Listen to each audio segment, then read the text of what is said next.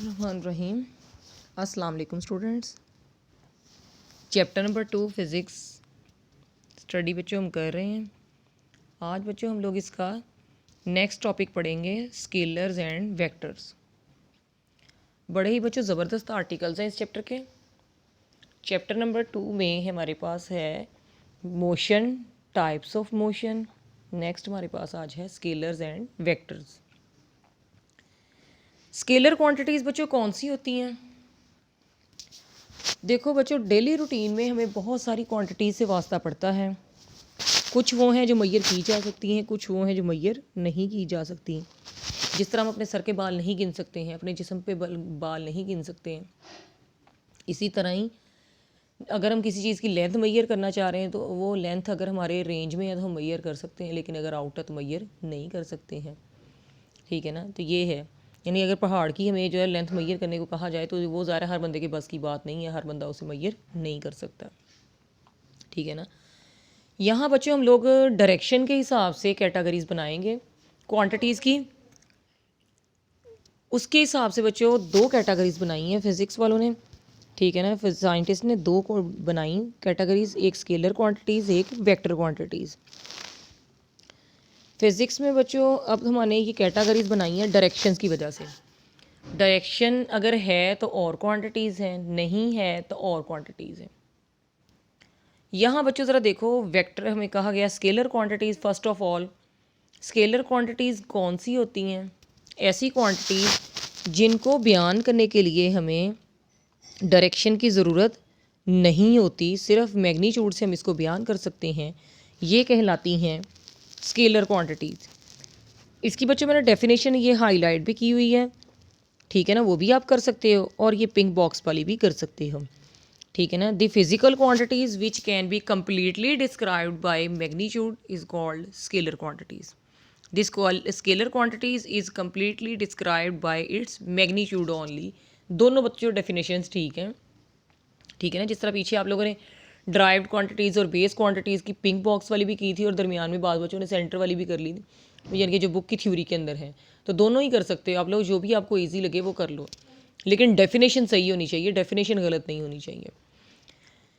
ठीक है ना? अब बच्चों कहा है कि ऐसी क्वांटिटीज़ जिनको सिर्फ हम लोग मैग्नीट्यूड से एक्सप्लेन कर सकते हैं। अच्छा जी, वो कौन सी हैं फिर? अब उनकी एग्ज़ाम्पल बच्चों हमारे पास कौन कौन सी हैं उनकी?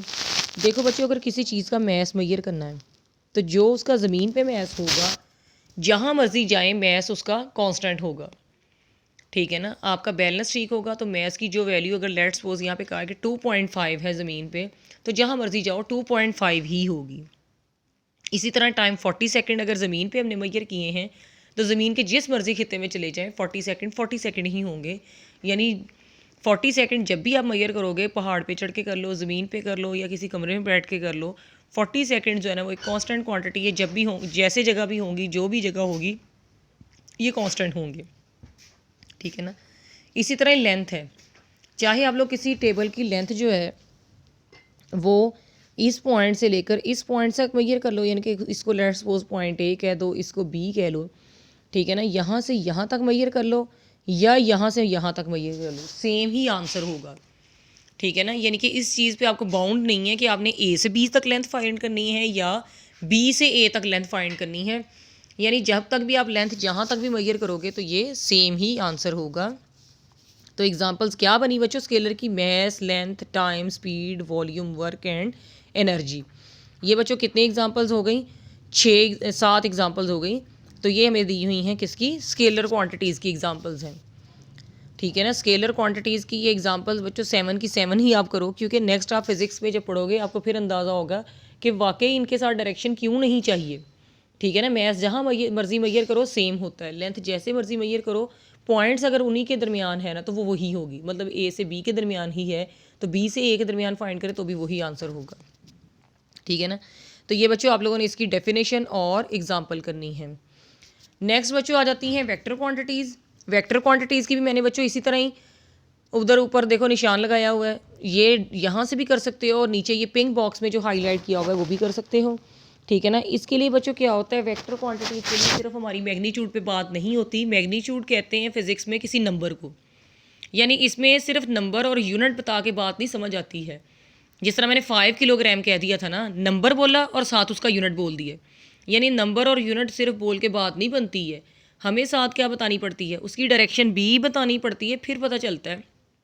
जैसे अगर मैंने कहा है कि आपके घर का रास्ता जो है वो क्या है, हम कहेंगे हाँ जी बाज़ार से जो है ना वो पीछे वाली गली है जी, ठीक है ना, यानी कि किधर से अब आपने किस गली से पीछे को जाना है, अंदर को जाना है या बाहर को, यानी आपको कुछ ना कुछ डायरेक्शन बतानी पड़ेगी, फिर समझ आएगा आपको, ठीक है ना। जब तक आप डायरेक्शन नहीं बताओगे तब तक नहीं पता चलेगा, या फ़लाँ लोकेशन से राइट साइड पे है, फ़लाँ लोकेशन के लेफ़्ट साइड पे है, या फ़लाँ लोकेशन के सामने है ये चीज़, तो जब तक आप लोग उसकी प्रॉपर बात नहीं ना कहोगे, प्रॉपर चीज़ नहीं बताओगे, समझ नहीं आएगा कि किधर को जाना है, फ़लाँ पॉइंट पे खड़े होके हमने किधर को जाना है। तो जब तक हम ये नहीं ना बताएंगे कि हमने लेफ़्ट जाना है, राइट जाना है, फ्रंट जाना है, बैक जाना है, हमें समझ नहीं आएगी, हम उस चीज़ को फाइंड नहीं कर पाएंगे। तो ये भी बच्चों यहीं भी वेक्टर क्वांटिटीज़ की यही डेफिनेशन है। A vector can be described completely by magnitude along with its direction. A vector quantity is described completely by magnitude and direction. ठीक है ना। एग्जांपल्स इसकी दी हैं, velocity, displacement, force, momentum, torque. Force की वाली बच्चों मैं आपको समझा देती हूँ, बाकी आप लोग जो है ना अभी पढ़ोगे आगे फिर आपको कॉन्सेप्ट क्लियर होगा। जैसे बच्चों फोर्स है, हम लोगों ने डेली रूटीन में एक धक्का लगाना, एक खींचना, दो मुख्तलिफ लफ्ज़ बनाए हुए हैं। उर्दू में ये दो लफ्ज़ मुख्तलिफ हैं, लेकिन फ़िज़िक्स में ये दोनों लफ्ज़ एक ही जैसा मीनिंग देते हैं, यानी ऑब्जेक्ट के ऊपर फोर्स एक्सर्ट करना, ऑब्जेक्ट के ऊपर फोर्स एक्सर्ट करना, ठीक है ना। तो अगर मैं कहूँ कि मैंने खींचा है तो इट्स मीन मैंने क्या है, पुलिंग फोर्स लगाई है, और अगर मैंने उसको धकेला है तो मैंने क्या की है, पुशिंग फोर्स लगाई है, ठीक है ना। तो यानी कि पुश करना और पुल करना टोटली डिफरेंट और ऑपोजिट हैं एक दूसरे के। तो यहाँ से मैं अब समझ आया कि हाँ जी, जब तक डायरेक्शन नहीं ना पता होगी, पुल करने का मतलब क्या है, अपनी तरफ खींचना, और पुश करने का क्या मतलब है, अपने से दूर करना। तो ये दोनों क्या हैं, और एक दूसरे के ऑपोजिट हैं। जिस तरह बच्चों ये बुक पे आपके एग्जांपल दी हुई है कि हमें दो फोर्सेस दी गई हैं, अगर मैं दोनों को सेम साइड पे लगाऊंगी, अप्लाई करूंगी बॉडी के, तो क्या होगा, ये एक साइड पे मूव करेगी। लेकिन अगर दोनों को ऑपोजिट में मूव करवाऊंगी, ये देखो ना, अगर मैं जितना इधर को खींच रही हूँ इतना ही टेबल को उधर को खींचूँ तो क्या होगा, फोर्सेस इक्वल हो जाएंगी, तो ये कहीं भी नहीं मूव कर पाएगा। तो यानी कि ये है कि डायरेक्शन बताना बहुत ज़रूरी है कि दो लोग अगर फोर्स लगाएं तो किधर को लगाएं, ठीक है ना। जब तक आप डायरेक्शन नहीं बताओगे बात पूरी तरह समझ में नहीं आएगी। इसी तरह ही बच्चों आप लोगों ने करनी इसकी सिर्फ डेफिनेशन और एग्जाम्पल ही है, ठीक है ना। ये डेफिनेशन और ये एग्जाम्पल याद आपने इतना ही करना है, बाकी ये जो बच्चे पूरे का पूरा है ये इसी चीज़ की ही एक्सप्लेनेशन है जो आप अपने वर्ड्स में लिख देना, ठीक है ना। कि एक अगर हमारे पास ऑब्जेक्ट है, उसको अगर हम लोग पुश कर रहे हैं तो दोनों फोर्सेस सेम साइड पे लगा रहे हैं, और अगर हम लोग उसे एक बंदा पुश कर रहा है, एक पुल कर रहा है, तो ये ऑब्जेक्ट की किसी साइड पे भी मूव नहीं करेगा, क्योंकि दोनों फोर्सेस एक दूसरे के ऑपोजिट हैं। यानी जस्ट एक्सप्लेनेशन है ये थोड़ी सी। अब बच्चों वेक्टर क्वांटिटीज़, हमें इसका मतलब वेक्टर क्वांटिटीज़ पे हमें मैग्नीट्यूड और डायरेक्शन दोनों बतानी पड़ती है। यानी अगर मुझे कहा जाए कि इस मस्जिद से या इस पार्क से मुझे इतने किलोमीटर आगे को आना है, तो इट्स मीन मुझे समझ आ जाएगा कि हमें क्या है, डायरेक्शन का समझना ज़रूरी है। अगर मुझे कोई कहे कि हम तुम फ़लाँ लोकेशन पे पहुंच जाना, हाँ जी मैं कहूँगी पहुंच गई, अब आगे मुझे बताएं कि किधर को आना है, जब तक मुझे डायरेक्शन नहीं बताई जाएगी मुझे बात पूरी तरह समझ में नहीं आएगी। तो यही बच्चों बात है। अच्छा, फिज़िक्स में अब बच्चों एक क्वेश्चन कि वेक्टर्स क्वांटिटीज़ हमने पढ़ ली, उनको ज़ाहिर कैसे करते हैं बच्चों। एक होता है सिंबॉलिक मेथड, एक ग्राफिकल मेथड। वेक्टर्स को दो तरह से शो किया जाता है। अब बच्चों वेक्टर लिखने का बहुत आसान तरीका है, कोई इंग्लिश अल्फ़ाबेट लिखो ए, उसके ऊपर आप एरो लगा दो, ठीक है ना, या उसके ऊपर लाइन लगा दो, ठीक है ना। वो इंग्लिश अल्फ़ाबेट बच्चों छोटा भी हो सकता है, बड़ा भी हो सकता है, वो आपके ऊपर डिपेंड करता है कि फ़िज़िक्स वालों ने उसको किस तरह से लिखा है। यहाँ पे बच्चे आपकी बुक के ऊपर फोर्स, एक्सेलरेशन और डिस्प्लेसमेंट को लिखा हुआ है, ये इस तरह भी और इस तरह भी, तीन तरीके बच्चों इसको लिखने के, या ऊपर लाइन लगा दो, ठीक है ना, या ऊपर एरो लगा दो, या फिर उसे मार्कर से लिख दो, यानी मोटा सारा करके लिख दो, ठीक है ना। तो फिर आपके पास ये क्या होगा, वेक्टर बन जाएगा। सिंबॉलिक मेथड बच्चों क्या है, हम लोगों ने क्या करना है, कोई इंग्लिश अल्फ़ाबेट लेना है, उसके ऊपर या तो लाइन लगा देनी है या उसके ऊपर एरो हेड लगा देना है, या फिर उसे मार्कर से मोटा लिख देना है। यानी थ्योरी अगर हम लोग लिख रहे हैं तो बीच में मैं अगर वेक्टर को मोटा करके लिख देती हूँ तो ऊपर फिर एरो लगाने की ज़रूरत नहीं होती। यानी इस तरह क्या हो गई, वेक्टर्स की रिप्रेजेंटेशन हो गई। यानी आपने जिस तरह लिखा है पेंसिल, तो ये लफ्ज़ जो है ना वो इसमें ए जो है वो इंग्लिश अल्फ़ाबेट है, लेकिन जब ऊपर वेक्टर साइन आ जाएगा ना फिर हम पढ़ेंगे let us consider a vector A, यानी उसे हम वेक्टर पढ़ेंगे, वहाँ पे हमें अंडरस्टूड होगा कि ये वेक्टर है।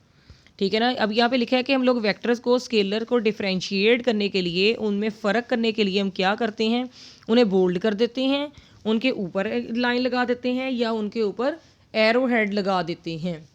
ये बच्चों है सिंबॉलिक मेथड, कॉपी पे लिखने का तरीका। ठीक है ना, कॉपी पे लिखने का ये तरीका है, वो क्या है, सिंबॉलिक मेथड। नेक्स्ट बच्चों है ग्राफिकल मेथड। उसमें हम क्या करते हैं, जितनी हमें लंबी लाइन कहा होता है ना, लेट्स सपोज मुझे कहा जाए 3.5 सेंटीमीटर लंबी लाइन लगाओ, तो अपनी जो है ना ईस्ट साइड पे लगाओ, तो अब मैं क्या करूँगी, या इस डायरेक्शन में ऐसे 3.5 लंबी सेंटीमीटर लाइन लगाऊंगी, जिससे मुझे क्या पता चलेगा कि ये इतनी लंबी है और इस डायरेक्शन को है।